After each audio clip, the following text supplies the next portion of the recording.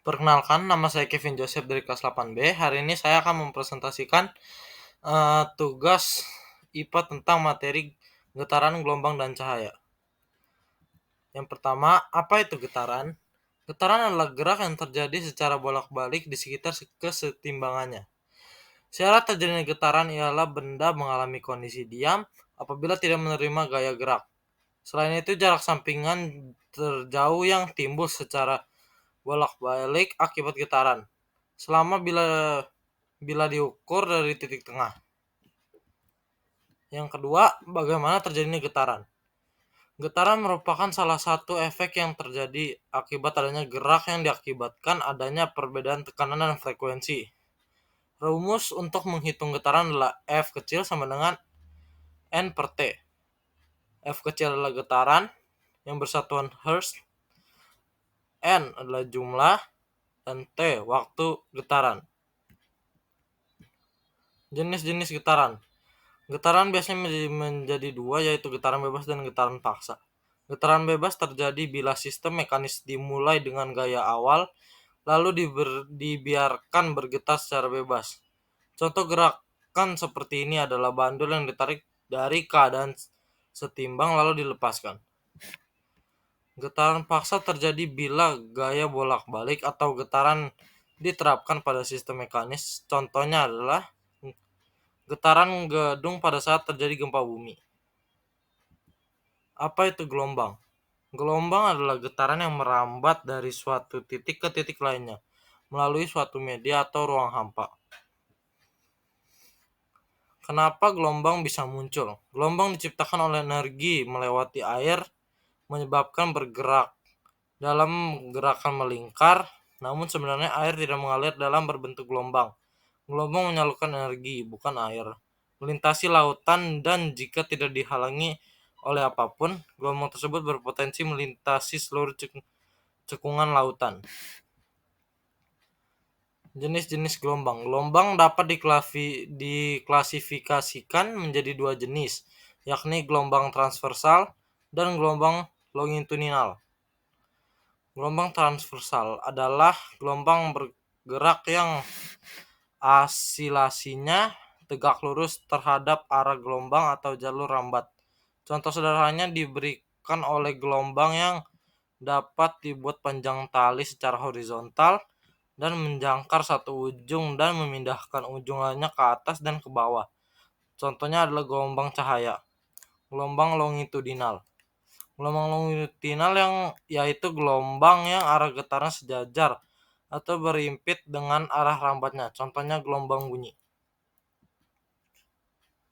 Gelombang bunyi. Gelombang bunyi adalah gelombang yang merambat melalui medium tertentu dan merupakan gelombang mekanik yang digolongkan sebagai gelombang longitudinal. Bunyi memerlukan medium agar dapat merambat dan bisa terdengar. Udara merupakan medium paling umum digunakan. Sifat cahaya adalah merambat lurus, dapat dipantulkan, dapat dibiaskan, dan dapat diuraikan. Cahaya adalah salah satu jenis gelombang elektromagnetik karena dapat merambat di ruang hampa udara, contohnya ada gelombang radio.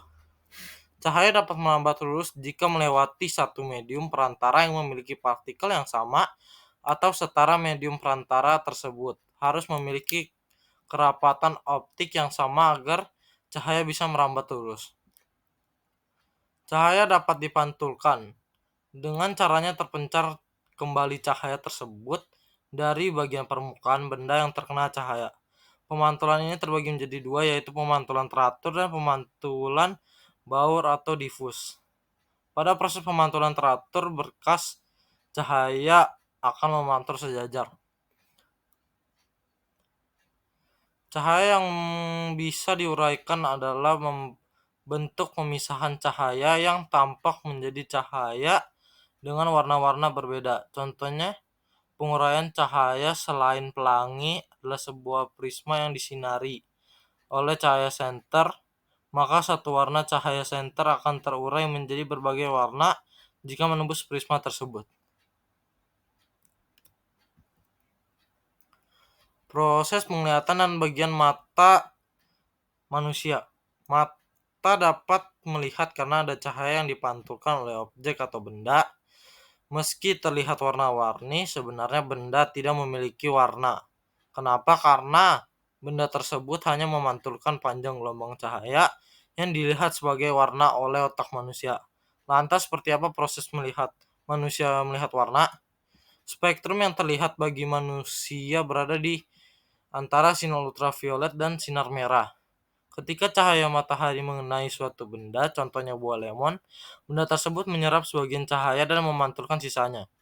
Cahaya pantulan itu masuk ke mata manusia terlebih dahulu melalui kornea. Kemudian, kornea membelokkan cahaya ke arah pupil yang mengontrol jumlah cahaya yang mengenai lensa.